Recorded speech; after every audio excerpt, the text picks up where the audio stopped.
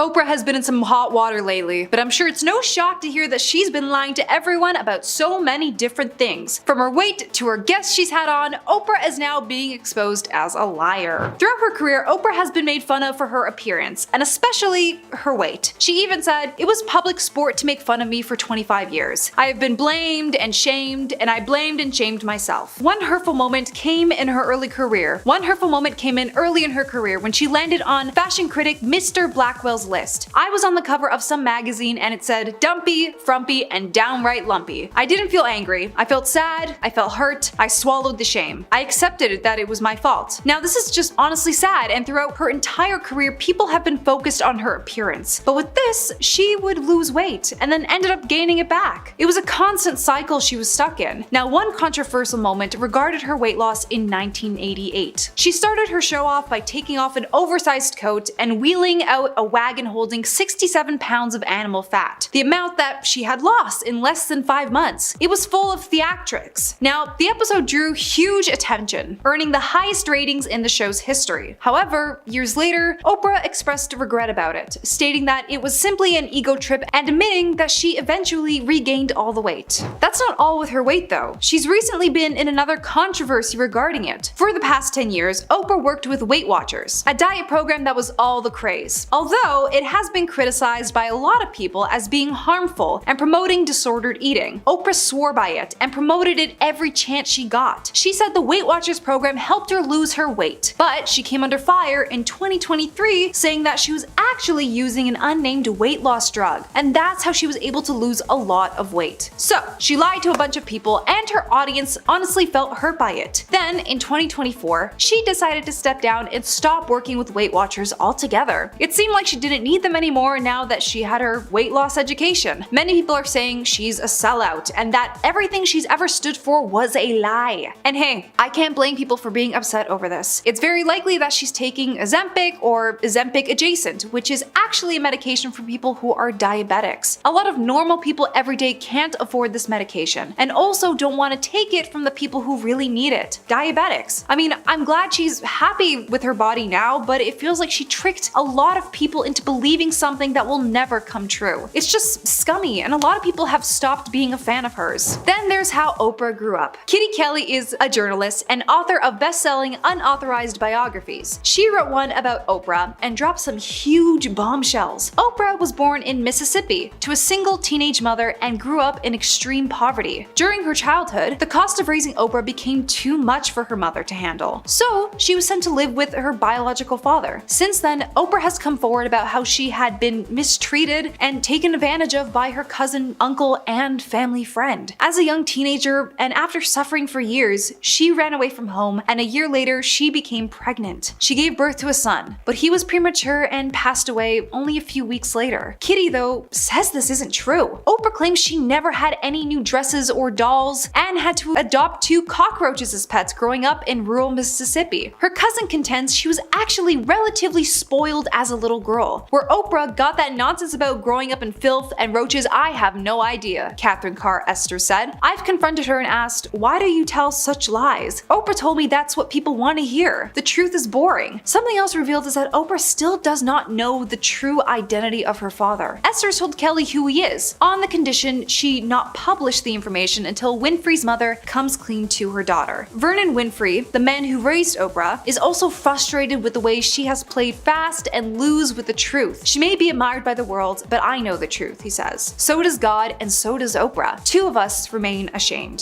Oprah's relationship with her stepmother has soured, and it was exposed to the world. It was reported that she was accused of being heartless by her own stepmother after she was kicked out of the 5-bedroom South Nashville home she shared with the Oprah's father for 14 years. Barbara Winfrey told the Daily Mail that her life had been deliberately ruined by the talk show legend following a bitter divorce with Vernon Winfrey. Oprah's a billionaire 3 times over. Her help lived better than this, Barbara pointed out, adding, "She said publicly that she offered to sell the house and give me the proceeds, but that was a lie, and she never said that. Oprah owns a property all over the world, so there was no reason to sell this house other than to spite me. It's a personal vendetta." Legal papers claim that Oprah was involved in a conspiracy to separate her father and stepmother, and essentially make the latter homeless. What she has done is nothing short of evil, but she doesn't scare me. Her actions cause me to disrespect her, Barbara stated. Yikes, that's not a good look at all considering she's all about helping people, but she doesn't help out her family. Then there was the book club controversy. Back in the day, Oprah had a book club where she would promote a book on her show and usually have the author on for an interview. This would result in the book going on the best-selling list, but she had a scandal with this in 2005. Oprah added James Frey's book A Million Little Pieces to the reading list, and in October 2005, James appeared on The Oprah Winfrey Show to promote his book, which the talk show host had previously said she couldn't put down, calling it a gut-wrenching memoir that is so raw and so real. Now, when James was promoting the books on talk shows or other media outlets, it was referred to as a memoir, but large parts of the stories were later found to be exaggerated or fabricated, sparking a media controversy. This was discovered after an investigation conducted by The Smoking Gun. They determined that James had actually fictionalized some of the story, so he was caught lying, and the fact that Oprah promoted it was not a good look at all. Controversy arose after Oprah initially defended the book, but she later confronted James on her show in January of 2006. Winfrey began the live program by telling him, "It is difficult for me to talk to you because I feel really duped, but more importantly, I feel you betrayed millions of readers." Frey admitted to Winfrey that he had altered and embellished details of his story, including the fact that he had been in jail for just several hours, not 87 days, as stated in his book. Oprah also confronted the publisher of A Million Little Pieces, saying her staff have been contacted about possible inaccuracies in the book, only to be told that the publishing company stood by James' story as a work of non-fiction. During the show, the publisher acknowledged that A Million Little Pieces had not been fact-checked. It seems like Oprah did her research about the book afterwards, but her helping spread misinformation is truly dangerous, and she hasn't taken a lot of accountability. If she tried to get away with this, who knows what other lies she'd make up. Are J.Lo and Ben Affleck really over? Some new snaps of the couple have emerged that are throwing everyone off. Was their recent meetup just a simple New Year's exchange or something more? The Daily Mail reports that the Jenny from the Block singer and Air director met up January 5th, aka Golden Globes Day, at Affleck's home. From photos acquired from the meetup, it seems the pair seemed to be on good terms. It appears that J.Lo even gave Ben's son a big hug. Despite the sweet meetup, that doesn't mean the couple is getting back together anytime soon. In fact, the opposite might be true. It's known now that the two megastars are getting a divorce, but the process is taking a step forward into settlement territory. J.Lo is also apparently looking to drop the Affleck from her last name. Just because J.Lo is leaving the Affleck surname behind doesn't mean she's dropping the whole family. A source claiming to be close to the couple says that the pair decided to remain in each other's lives even though they aren't romantically involved anymore. J.Lo was a parent to Affleck's children and vice versa while they were married, and that is not something that you can just erase. The source said the pair are agreeing to communicate when it involves the kids, and that's already happening, it seems. At the Sunday meetup, J.Lo's child seems to have been exiting Ben's house carrying a large gift in their hands. Affleck walked behind them. As previously stated, J.Lo embraced Affleck's son, a sweet interaction all around. The source shared that though the pair aren't necessarily looking to co-parent or have that type of relationship, they are still close to each other's families and feel as though they have a blended family in a lot of ways. Affleck and Lopez, along with Affleck's ex-wife, Jennifer Garner, were all spotted in the same place just before last year ended. Their kids attend school together and were in a play. Makes sense considering who their parents are. Photos of the famous celebs from the event show nothing but proud parents and happy vibes all around. It's unclear how involved the adults will be as the divorce moves forward, especially with an official settlement apparently being reached. People were shocked to learn though that J.Lo and Affleck did not sign a prenup before marrying, especially since they both do so much and then make so much from what they do. It was shocking that they would risk splitting everything 50-50. TMZ has broken the news that the pair have allegedly come to an agreement though. TMZ reported some of what was presumably on the table through what each party is apparently set to keep.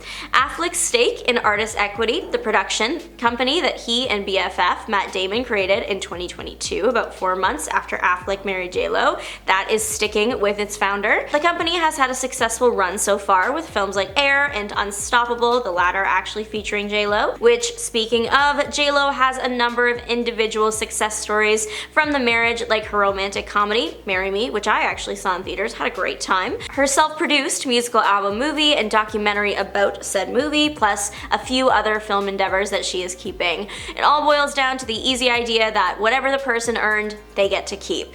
But there is one thing that they did share, and that was their house. Now, I wasn't in the room with their lawyers, and all the details are confidential, so I have no idea exactly how they're dividing up that $61 million mansion, but TMZ claims that an agreement has been reached, so there is that. As of right now, the house is still on the market, so we will have to wait and see exactly how it all proceeds. Apparently, the whole situation was mediated by Laura Wasser, and she clearly did a great job. As it stands, neither party is due to pay spousal support to the other. But is an amicable agreement really that shocking? From photos and clips of their recent meetups, it's clear the former couple are still very civil with each other, some might even say friendly. It's clear there's still affection there. Plus, they both had successful years well together. Why not just let the other person keep what they made? Allegedly, they even met up at the tail end of last year to exchange holiday gifts. The divorce was filed back in August, and it appears everything is almost in order, and now they're just waiting for the official finalization date of February 20th, roughly 6 months after everything first started. The source close to the couple shared that due to their history, Affleck and Lopez will always have a mutual respect for one another. New footage has dropped of J-Lo that has people whispering that Jenny from the block has made a deal with the devil. I know that is probably not what you were expecting to hear next, but here we are. The clips emerged around November of last year, right in the middle of the whole divorce with Ben Affleck's situation. You know, going through a divorce is known to be a difficult thing, but take one look at J-Lo and you would never guess. Seriously, the woman is glowing and looks stunning in literally every red carpet appearance, every paparazzi picture, and every selfie. Of course, that leaves people to draw one conclusion as to how the artist is getting this stunning image. Spoiler, it's not financial security or a dedicated support team, but that she must have made a deal with the devil. Celebrities being accused of demon dealing, is that new? No, unfortunately not. Conspiracies rule the internet. But at least this time, the viral tweet first making the demonic claim appears to at least be a joke. J-Lo appeared at the LA premiere of Wicked in a glittering gown. She looked incredible. Popular Twitter celebrity updates account, Pop Base, shared a clip of J-Lo posing on the red carpet. The tweet was viewed millions of times and had thousands of engagements, but one stood out from the rest. A quote tweet that read, "She traded her vocals for eternal beauty and hasn't looked bad a day since." Now listen, the context to this tweet is people like to be mean to J-Lo on the internet after they found out that many of her tracks feature vocals from other performers that J-Lo either claims to be her own or she just doesn't clarify that the main voice isn't her. Then there was also the canceled tour and a series of memes spawned from her This Is Me Now situation documentary, especially since so many celebrities turned down appearing in them, and some that did appear in the movies seemed more confused than anything else. And then there was the whole misunderstanding where it looked like J-Lo had asked longtime friend Derek Huff to move his wedding around to accommodate her movie. Point is, there is a lot that has happened regarding the singer over the past few years, and roasting J-Lo just seems to be an internet pastime right now. But there is one thing that the people cannot touch, and that is her look. J-Lo truly always looks good. A positive, ongoing comment about J-Lo is that you will never catch her looking ugly or broke, and that has been proven true time and time again. Even when there is so much seemingly going on with the star personally, she's always glowing. So it must be a deal with the devil. Of course, what's the real secret to J-Lo looking 10 out of 10 all the time? What is she hiding? It's clear the star is naturally beautiful, but that is enhanced by a glam squad and, as many people speculate, cosmetic procedures. J-Lo has said publicly that she prefers to age naturally and isn't one to run and get a lot of work done, but not everyone believes her. Some have accused the performer of getting major surgeries. One person even accused her of using her family's genes to get a vampire facial, seemingly implying her eternal youth comes at the expense of her own youths, which that is definitely a sentence someone has typed about her. I almost missed the initial devil accusation. Generally, people seem to believe, including some aesthetic doctors, that if J-Lo has had work done, it is often subtle and expertly performed so that she never has a jarring transformation, so stuff like Botox or fillers. The most common major procedure people believe to have happened to the star is a nose job. Apparently her nose was originally slightly wider when she started out her career. Now there is technically some truth behind that rumor. J-Lo confirmed getting a nose job when she was younger, but that was more medical than anything else to fix a deviated septum. Is JLo hiding other cosmetic procedures? Well, that is unclear, as is her involvement with the leader of the underworld. But if I had to hazard a guess, I think that JLo's youthful glow can be attributed to confidence, well-placed cosmetics, lighting, and maybe a cute Instagram filter every once in a while. You guys know the actor and comedian Steve Martin, right? Well, he used to do a routine that went like this. You too can be a millionaire. It's easy. First, get $1 million. If you put that routine between hardcovers, you'd have a book called The Secret by Rhonda Byrne. It's a self-help manifesto that basically says in a nutshell, what you think about, you bring about. The book's central premise, the law of attraction, is that positive thinking is the route to obtaining what you want in life, while negative thoughts will cause bad events to occur.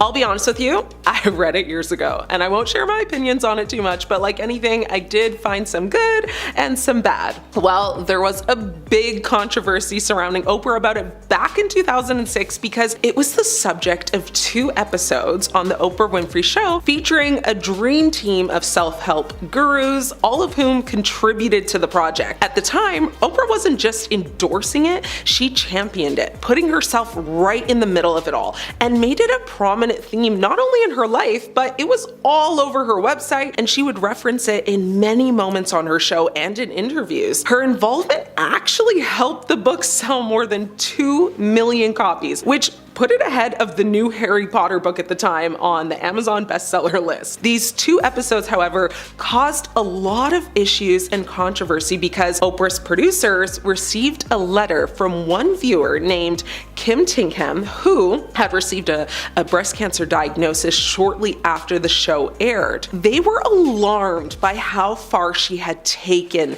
this advice and inspiration. Now, Tingham wrote that she had decided to forego chemotherapy, instead choosing to follow the book's advice literally. The public got wind of this and went into a frenzy, saying that Oprah had promoted cult-like behavior and unrealistic expectations that could be extremely dangerous to a lot of people's lives. Now, Oprah brought Tinkham back on the show to set her straight and urged her not to ignore all the advantages of medical science. Tinkham, who went on to follow another New Age regime laid out in a book called The pH Miracle, actually passed away in December of 2010. Ultimately, Oprah stood by her position that, the law of attraction can affect positive change. The problem is, though, is that there have been many incidents similar to Kim's. Like, a lot of consumers took this advice very seriously, and it had a lot of negative impact on their lives, so not so good. And because of all the backlash, Oprah has tried to keep this incident a secret for years and has since removed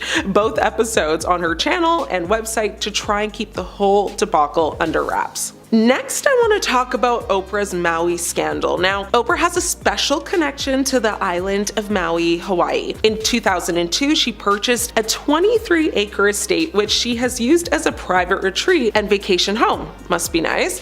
Oprah's Maui estate, which she named The Farm, features a luxurious main house, guest cottages, a private movie theater, and beautifully landscaped gardens. Now, over the years, Oprah has shared glimpses of her home with her fans through different media outlets. Now, in a response to the 2023 Hawaii wildfires, Oprah and Dwayne Johnson, better known as The Rock, teamed up to support the Maui community.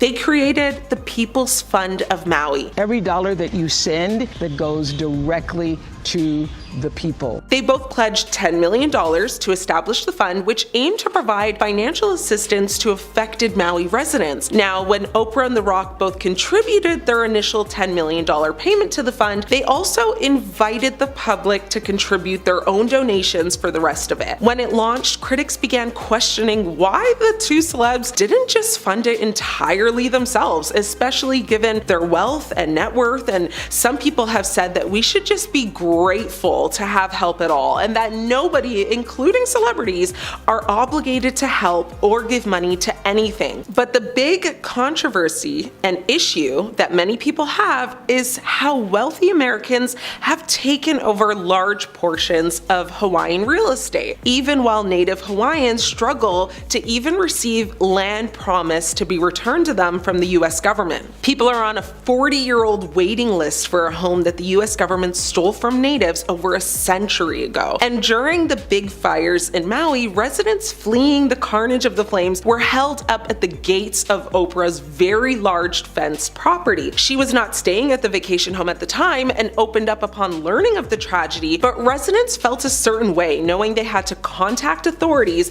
to get permission to cross onto the completely fenced private property. Like, yes, her property is that big that people needed to go through it to escape the fires, so let that sink in. People were also quick to point out that as a literal billionaire, she could afford to rebuild everything, including house, feed all the homeless people that are in Hawaii, and one social media user commented saying she's worth $3 billion. She could do all that stuff for people and still be a billionaire. With another person saying she asked other people for money with the whole, we know it's tough out there, so anything you can afford. Between Oprah and The Rock, they really shouldn't have needed to ask the public. I'm sure both of them could have given just as much without even noticing. One person even made a tweet that said, you guys make more in a day than I'll make in my lifetime. Another good point that someone also called out was asking why they are asking regular folk for money when they literally have millionaire and billionaire friends who collectively could quite literally take care of it all. A funny comment towards Oprah and The Rock was a TikToker that said, hey guys, I think you posted this to social media by mistake. This needs to be sent directly to your friends. And on the real, honestly, I see no lies told, because why are you, a millionaire, asking us, the public, to contribute to this fund when most of us are lucky to afford like an iced venti macchiato once a week? Like, go ask Dr. Phil or Kevin Hart. Now, during an appearance on CBS Mornings, which is actually co-hosted by her best friend Gayle King, Winfrey addressed the backlash that she faced. When asked about the reaction, she said, well, this is a really great point about being happier in the midst of an onslaught of being terrorized and vilified online. I will say this. I came out of this experience with so much more compassion for young kids, because I was thinking, what if I didn't really know who I am? What if I didn't have the assurance of Invictus, that I am the master of my own fate and the captain of my soul? And continued on by saying, so all of the online attacks, lies, conspiracy theories really took the focus off of what was the most important thing, and that was the people of Maui. Now, this particular clip was shared on X, formerly known as Twitter, and she faced even further criticism because she was then accused of playing the victim. You know, one user wrote, Oprah playing the victim while trying to sell her book? Gross. Now, despite all of the backlash, Oprah's popularity on social media soared. She gained more than like 110,000 followers between Instagram and TikTok alone. Another person actually wrote, they are giving Oprah more airtime playing the victim than the real victims. Sad. Another person wrote, Oprah playing the victim and saying she was terrorized online. Gee, I wonder how the people of Hawaii must feel. And one person hoped Oprah would read all of these comments and said, Oprah, in case you read this, you are not the victim here. Talk to the people who lost everything. That is where our sympathies and prayers are. Now, a viral TikTok video that has been viewed millions of times made several allegations. They include that Winfrey hired a private firefighting team before the fire spread, hired private security to prevent people seeking shelter at her property, and had previously bought her land for pennies on the dollar. When asked about the viral TikTok, a spokesperson for Oprah said, all of the allegations in the videos were false. The original video has since been removed, of course, from the platform. However, reposts with several millions of views are still available. Now, remember the infamous Oprah episode in 2004 where she gifted literally everyone cars? Of course you do. Well, it wasn't so black and white as it seemed. What she didn't want everyone to know is just how difficult it actually was for the audience to be able to drive off in one. It was Oprah's Favorite Things episode. Now, she surprised her studio audience by giving each one of them a brand new Pontiac G6 sedan. The episode, which was part of Oprah's 19th season, featured her favorite products and gifts of the year.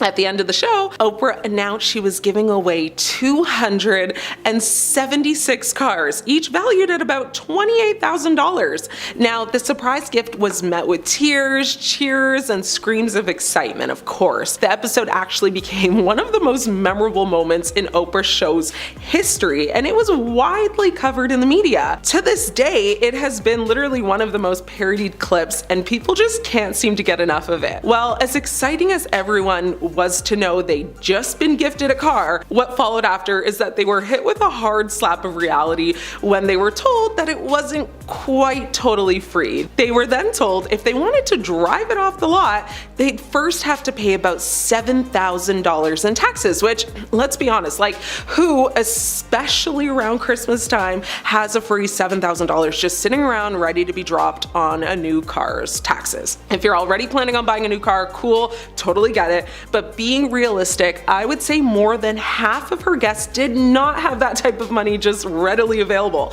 Now, on the plus side, the audience was allowed to choose if they wanted to just take the cash value of the car instead, which, hey, like, not bad to go to a taping of the Oprah show and walk out about $28,000 richer, right? Now, J-Lo is a performer, not really a singer. I mean, J-Lo claims she performs and sings live, but that isn't always the case. In November of 2021, she was slammed by music fans for allegedly lip-syncing during her American Music Awards performance as she took the stage to carry out her brand new song, On My Way, Marry Me. An angry viewer ranted, "Come on with the overproduced singing, this commercial sounds exactly like her live vocals just did." A commenter pointed out, "Now why are you lip syncing? You have a great voice, just sing the song." Now, this isn't the first time this has happened though, as in 2014 she was caught lip syncing her performance of I Love Ya Poppy on American Idol. And again, fans were not happy about this. But should we really even be shocked? I mean, J-Lo doesn't even sing her own songs in the studio versions. Now, for example, her song Play is sung by AM to PM singer Christina Milian. Christina wrote the song and she sings Play's entire chorus. Ashanti has also lent her voice to J-Lo, playing it off as her own. In fact, you can hear her singing on Ain't It Fun and I'm Real. Ashanti spoke about this in 2014 and said, "I wrote Ain't It Funny. I demoed the record for her before I was signed and they kept my hook and some of the background and ad-libs and stuff like that. It was bittersweet because I was really excited that it was J-Lo, but I was so mad at not being able to have the record for herself," she said. Shauna Harrell is also alleged to be responsible for some of the vocals in If You Had My Love, and Makeba Riddick apparently is the voice behind All I Have. Now, the chorus from her song Jenny from the Block was rumored to have been sung by Natasha Ramos, who demoed the song. Now, in fact, Natasha addressed the claims in 2019, tweeting, "J-Lo did indeed go in the studio and lay down some background vocals over mine. So I wouldn't say she's so much lip syncing, however the backgrounds are predominantly me and some ad-libs and laughs are as well." When fans found this out, they called out J-Lo for lying and branded the music industry trash and insisting that Jennifer should not be famous for work she never did. But Natasha then stood up for the star. She wrote, "Well, that's a little harsh. J-Lo is one of the hardest working women in business. In my opinion, she certainly deserves all her success. I just deserved more from that project too. That's on the label though, not Jennifer. It's all kind of history at this point, LOL." But J-Lo has also been accused of straight up stealing songs from other artists. Now, one of the stars who accused her of doing this was Usher in 2015. He claimed that she stole a song that he cast aside while recording his hugely successful album called Confessions. Usher claimed that J-Lo's single Get Right is actually a re-recorded version of Ride, a song he co-wrote the year before, which was only available online. He said, "I hate it, but I better get some of the publishing rights or else. I didn't put it on my album because I couldn't get it right, but I didn't expect J-Lo to just take it." Now, besides all of that, it's been revealed that J-Lo is a cheater. Now, Jennifer and Ben Affleck had an on-again, off-again romance that has been going on since the 2000s, with fans even nicknaming the couple Benifer. Now, they just got divorced this year. It was a huge thing, but the timeline of their relationship in general is a huge red flag and included alleged cheating. So in July of 2002, Jennifer filed for divorce from her second husband, Chris Judd, citing irreconcilable differences. But this news broke just months after J-Lo wrapped the movie Gilgy alongside her then boyfriend Ben. Now, even though she repeatedly denied cheating rumors, Ben took out an ad in The Hollywood Reporter gushing about J-Lo before her divorce wasn't yet finalized. In fact, even Chris Judd's father Larry spoke out against the couple and accused J-Lo of being unfaithful to his son. He insinuated that the affair started during the filming of Gilgy, saying, "I thought Mr. Affleck would honor a married woman and not just go right into the trailer." He added that she'd be happier if she just tell the truth, and no one in her little circle is going to say one negative thing about her. Now, this is quite ironic because just years before, J-Lo accused Diddy of cheating on her and how heartbroken it left her. Now, I have to bring up J-Lo's infamous movie line interview in 1998. Now, this very well could have ruined J-Lo's career, as at the time she was 27 and fresh off the success of her film Selena. Now, she basically decided to trash all other celebrities that were big at the time and tried to trivialize their career and their contributions to the industry. In fact, when asked about Madonna, J-Lo actually said, "Do I think she's a great performer? Yeah. Do I think she's a great actress? No. Acting is what I do, so I'm harder on people when they say, oh, I can do that, I can act. I'm like, hey, don't spit on my craft." Now, this was so ironic because J-Lo would go on to do both music and acting for the rest of her career, and critics also trashed her acting on the big screen. Also, at the time, Madonna had been a star for a lot longer than J-Lo, so there was really no comparison there. And when Gwyneth Paltrow was brought up, Jennifer almost seemed to laugh and made it clear that she didn't take her fellow actress's career seriously. Tell me what she's been in. I swear to God, I don't remember anything she was in. Some people get hot by association. I heard more about her and Brad Pitt than I ever heard about her work, she said. Now, yikes, this did not go over well, and hey, I can't blame the celebrities she dissed for being upset. Now, this year, Jennifer recently released her documentary on Amazon Prime called This Is Me Now, A Love Story, which gave behind-the-scenes looks into her new album, This Is Me Now, and the accompanying movie, The Greatest Love Story Never Told. Now, some fans who watched it, though, took to social media to call Jen out for her lies. In one scene, Jennifer poses in the mirror of her personal gym as she shakes out her hair and reminisces about her childhood in the Bronx. "I feel like taking my hair out like this. It reminds me like when I was 16 in the Bronx, running up and down the block, crazy little girl who used to be wild and no limits, all dreams," she said. However, a TikTok user, Photos by Angela, slammed the star in a series of videos as she claimed to have gone to the same Catholic high school as Jennifer and accused her of lying about her experience living in the Bronx. She said, "We both attended an all-girls high school in an Irish and Italian neighborhood, so you weren't running up and down the block." In fact, the Bronx is a place that J-Lo actually avoids. Now, how do we know this? Well, due to a commercial she filmed. The commercial is from 2011, and the caption to it on YouTube says, "This commercial is titled My World and is voiced over by Lopez, who is seen driving a Fiat 500 Cabrio as she travels through the streets of Manhattan to the Bronx where she grew up." The new ad explores her personal take on how life in the New York City borough continues to inspire her to be tougher, to stay sharper, and think faster. But this ad backfired when it was reported that she never actually went to the Bronx to film the ad, and that a body double stand-in was used instead. And I mean, if you watch the ad knowing this information, it's pretty obvious.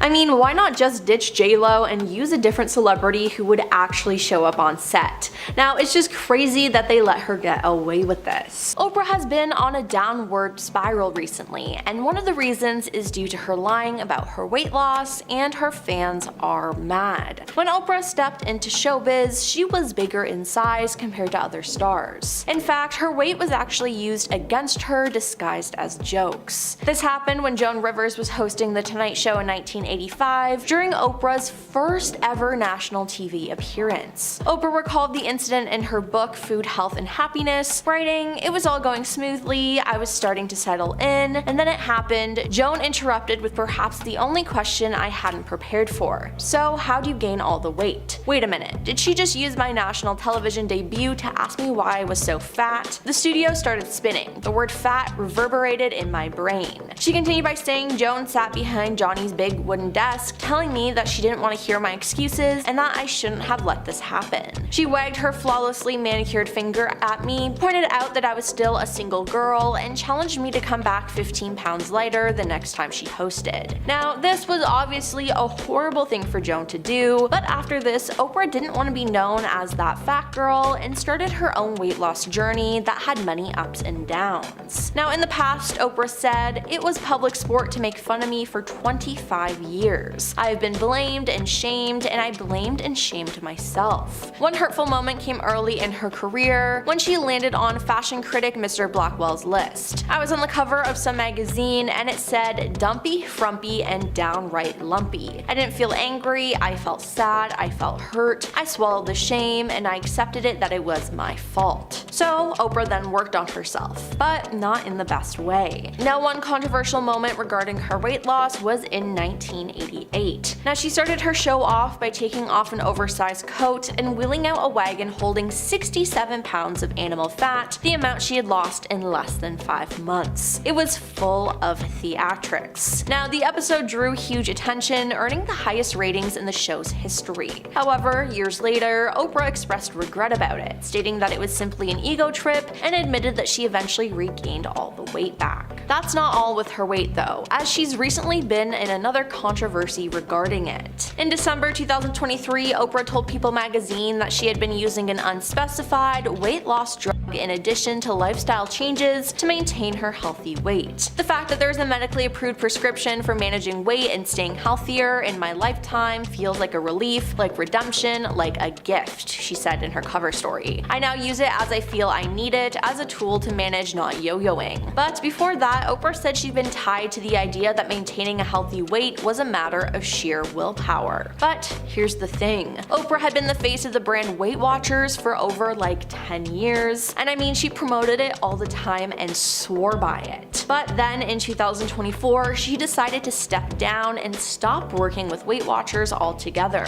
It seemed like she didn't need them anymore now that she started taking the weight loss medication. Now, many people have said that she's a sellout and that everything she ever stood for was a lie, and to be honest, I can't really blame people for being upset over this. Now, it's very likely that she's taking Ozempic or something Ozempic adjacent, and a lot of people feel tricked and are upset. Not to mention, not everyone can afford to go on weight loss medication, and it's just like everything Oprah stood for was a lie. Recent controversy, though, has to do with the recent presidential election. Kamala Harris had a lot of celebrities endorse her, and one was Oprah. But Oprah did not come for cheap. The Washington Examiner had reported that Oprah's media company, Harbo Productions, had received a fee from Harris's campaign for the interview they did in September. How much did they pay her? $1 million. Now, once everyday people found out about this, they were furious, as to Harris's campaign sent out a bunch of messages to civilians asking for donations for the campaign, and fans were not happy that some of their money went to Oprah, who has a net worth of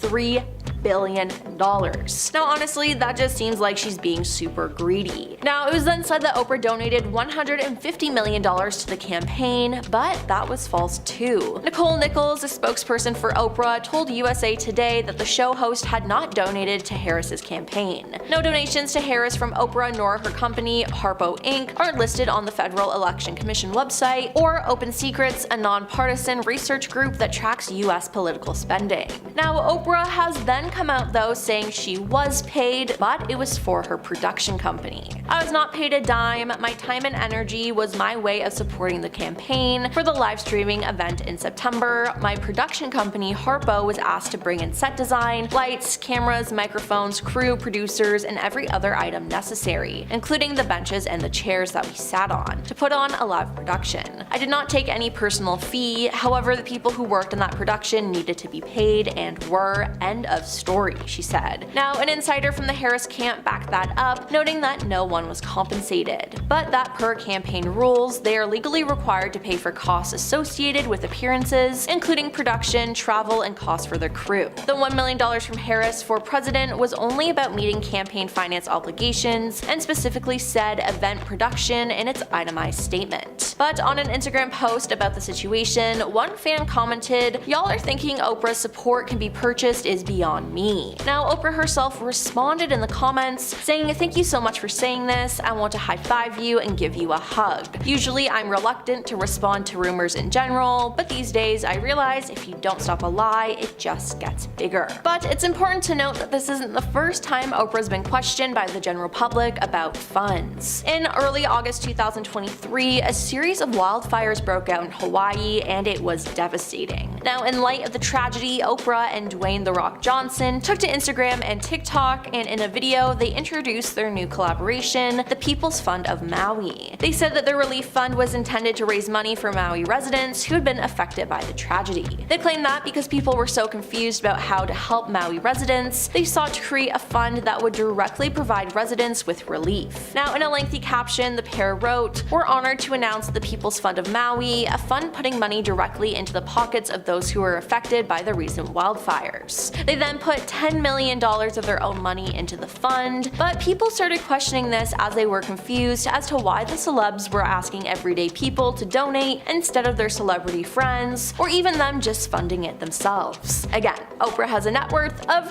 $3 billion. Now, people start calling them out on social media, and instead of taking this critique, Oprah hit back and made things worse. All the online conversations being slammed, lies, conspiracies, really took the focus off what was the most important thing, and that was the people of Maui, she said on a CBS Mornings appearance. "I was on the ground talking to lots of people, trying to figure out how do I best help." Oprah and The Rock then thought about they have both given to charity their whole lives, and felt like starting with $10 million worked because it was enough to kick things off before opening the Maui Wildfires Fund up to people who wanted to help but didn't know how. "I was so excited about it. Then I got up the next morning and I saw all this vitriol and I was like, whoa, what happened here?" she said at the time. Let's go. I bet you didn't know this, and as if all the Diddy drama he's currently been facing wasn't enough, here's a story you've likely never heard that involves Jenny from the good old block.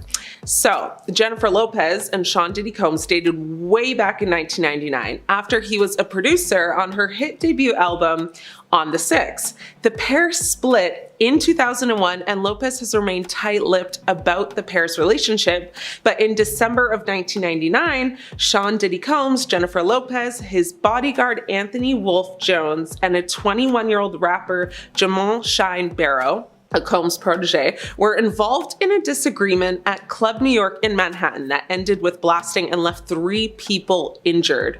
Combs, Lopez, and Jones left the club and led police on a wild chase through New York City that ended with police finding a stolen firearm inside the car. Now, Netania Rubin, one of 3 people injured during the altercation, maintains Combs was the one who hit her that night and has renewed her accusation in recent days. Now, Combs and Lopez were arrested, detained, and initially charged for their involvement, but the charges were quickly dropped against Lopez. Combs, Jones, and Barrow faced charges related to firearm possession, and prosecutors alleged Combs and Jones attempted to bribe the driver of the car that left the nightclub to tell police the firearm was his in exchange for $50,000. I personally don't see a scenario where $50K is worth like any amount of jail time, but go off. After a weeks-long trial, Combs and Jones were acquitted, but a New York jury found Barrow guilty of 5 charges, including criminal possession of a firearm, aggravated harm, and reckless endangerment, though Barrow was acquitted of attempted homicide. Now, JLo actually didn't have much to say then nor now about the incident, but in a July 2000 interview, Lopez described the incident as a complete nightmare and saying that she was scared to death in the car. I had absolutely no idea what was going on, no one did. Since all of the recent Diddy drama has been happening, there has been a call to actually reopen the case, which would require a new or confirmed statement from Lopez, but will she give it? Likely not. Her lips are as sealed shut now as they were in 2000, just like a kiss from a rose. Now, you might be wondering, what does this have to do with JLo? How does this make her sketchy or like quote unquote evil? Well, it is alleged that the firearm that injured 3, with one actually hitting one woman in the face, was not only brought by JLo, but she allegedly handed it to Diddy the second he started getting into the altercation. So just let that one sink in. I want to actually get into some more juicy JLo drama. You remember her 2020 Super Bowl halftime show performance where she took the stage with Shakira, right? Well, it wasn't all footballs and butterflies, okay? Let it be known, there was no reported incident of JLo directly dissing Shakira. However, there were rumors of tension between them before and actually after their performance. So let's get into it. Some pre-performance rumors say that reports suggest Lopez and Shakira disagreed over set time and performance length, with Lopez allegedly being the difficult to please one in this instance.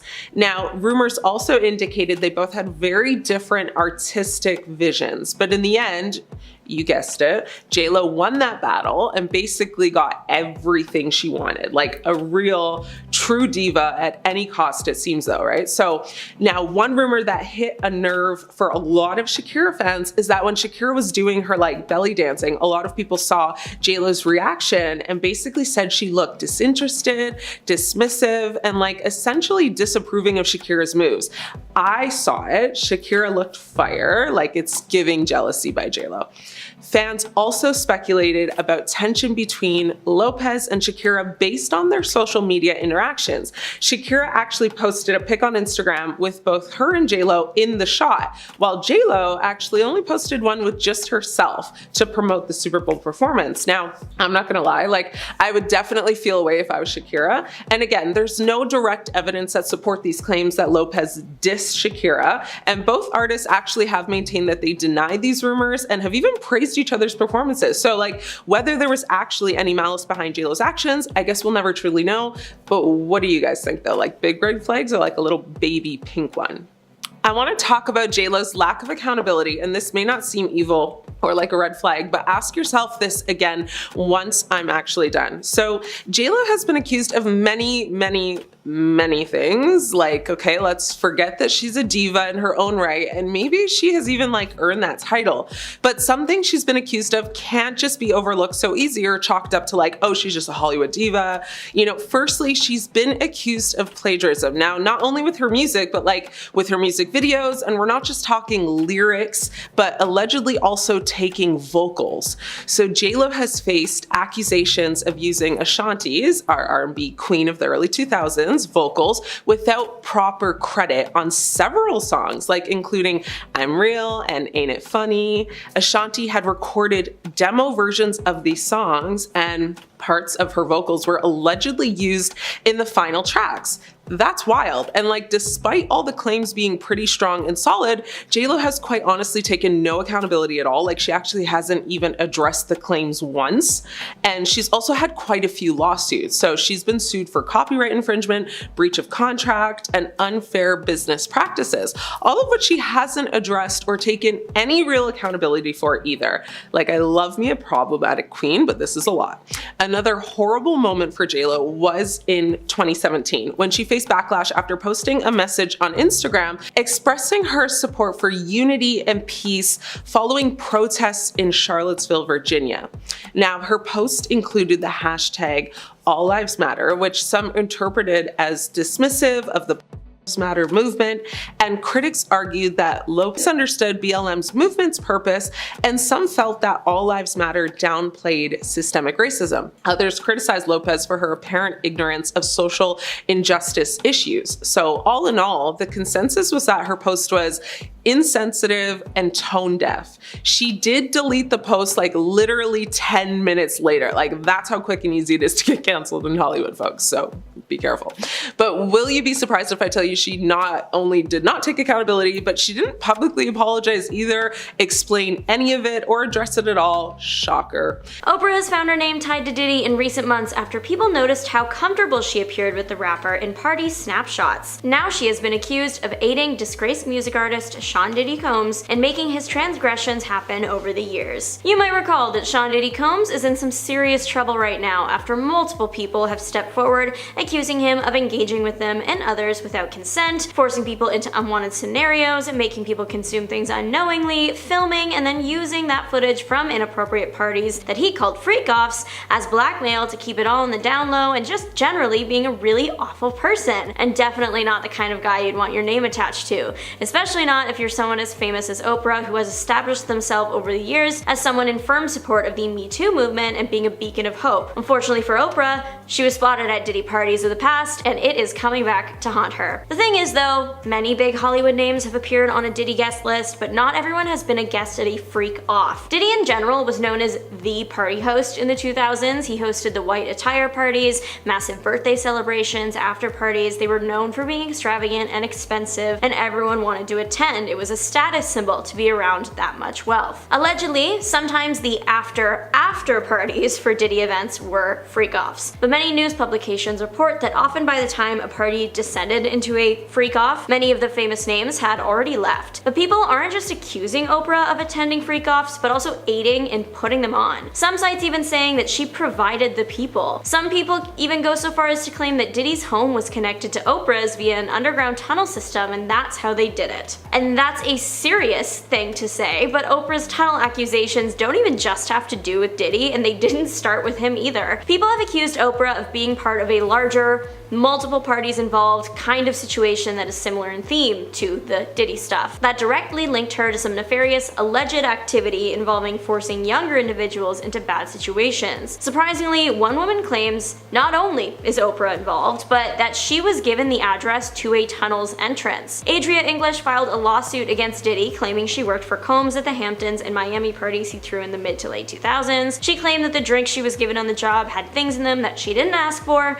In addition to allegedly being forced to consume things, English claimed she was also forced to engage in actions she didn't want to do. Adria English did have legal representation, but unexpectedly, her and her team parted ways. The cited reason was irreconcilable differences. The filing read that they disagreed regarding almost every aspect of the litigation. One of the lawyers claimed that her case was great. The issue at hand was that English allegedly undermined their work and went behind their backs, doing things incongruent to advancing her case. That they never lost faith in her case, just in her. And to which English allegedly responded with, "I'm the client, you work for me." But how does this tie back to Oprah?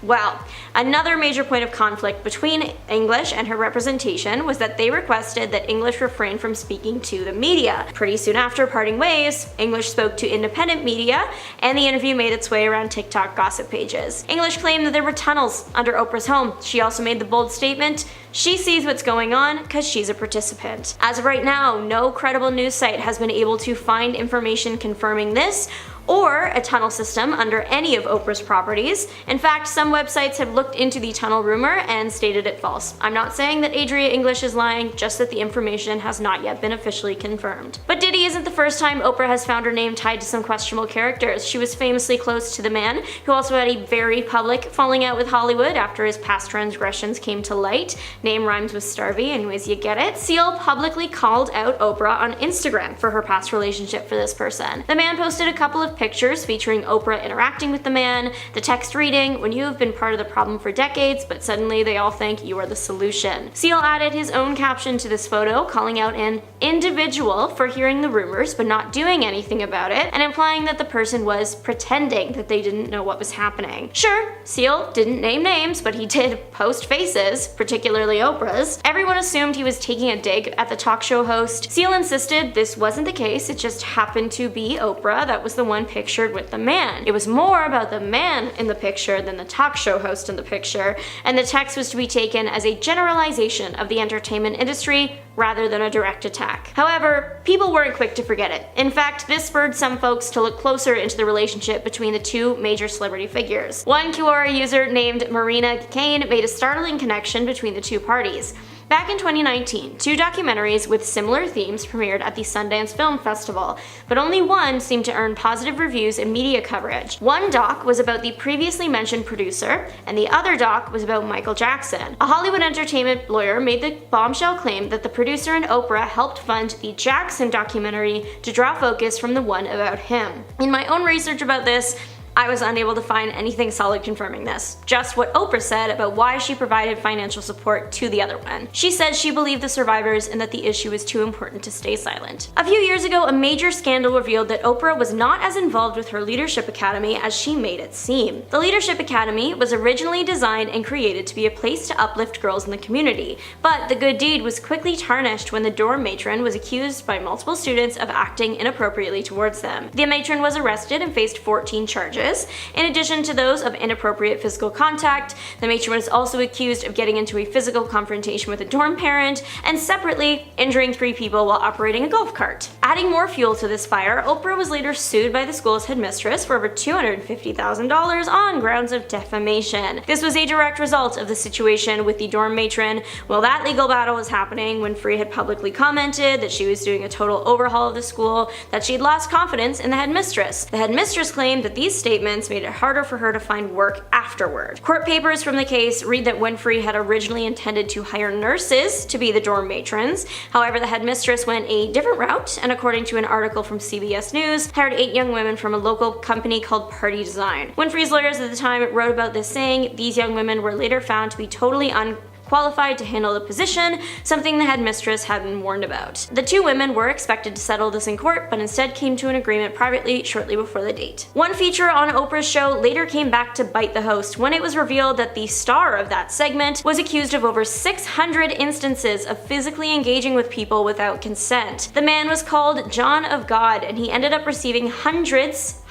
of years in prison for those charges, among other things. Oprah happened to give this man a spotlight moment during her programming years prior. It framed him in a good light and made him appear as a miracle worker. Since the accusations, his interviews were deleted from her site and a note was put up in their place with the message that Oprah hoped justice would be served. Oprah spontaneously revealed a shocking secret back in 1995 during a segment on her show. While interviewing 4 mothers who were dealing with issues using substances, Oprah suddenly revealed that she related to these mothers more than anyone could have guessed. The TV star admitted that she also used the substance in question back in the day. The woman being interviewed at the time often referenced Oprah's honesty and strength, and it appeared that comments touched Oprah deeply, and she couldn't help but reveal to the mother that they were more similar than she thought. The host said, "This is probably one of the hardest things I have ever said. I relate to your story so much. I have done this. I know exactly what you are talking about." At the time of admission, it had been about 2 decades since Oprah used the substance, but it's clear that it was always weighing on her. She said, "That is my life's great big secret that has always been held over my head." Jennifer Lopez has been in a lot of hot water this year, and more things are being revealed, like how she treated her now ex-husband, Ben Affleck, and how demanding she was of her staff when she would go on tour. Now, we all know that J.Lo and Ben got back together and married each other 2 years ago. Now, unfortunately for J.Lo, 2024 was not a good year for the pair, and they actually got divorced. Now, there were several rumors all year about this due to the fact that she canceled her tour and they were selling her house. Turns out it was true though, as on Tuesday, August 20th in LA, J.Lo filed for divorce at County Superior Court. Now, the official separation date is listed as April 26. But there was a tiny problem. OK Magazine said that when the pair wedded in Las Vegas, they didn't tie up their assets. That's right, there was no prenup.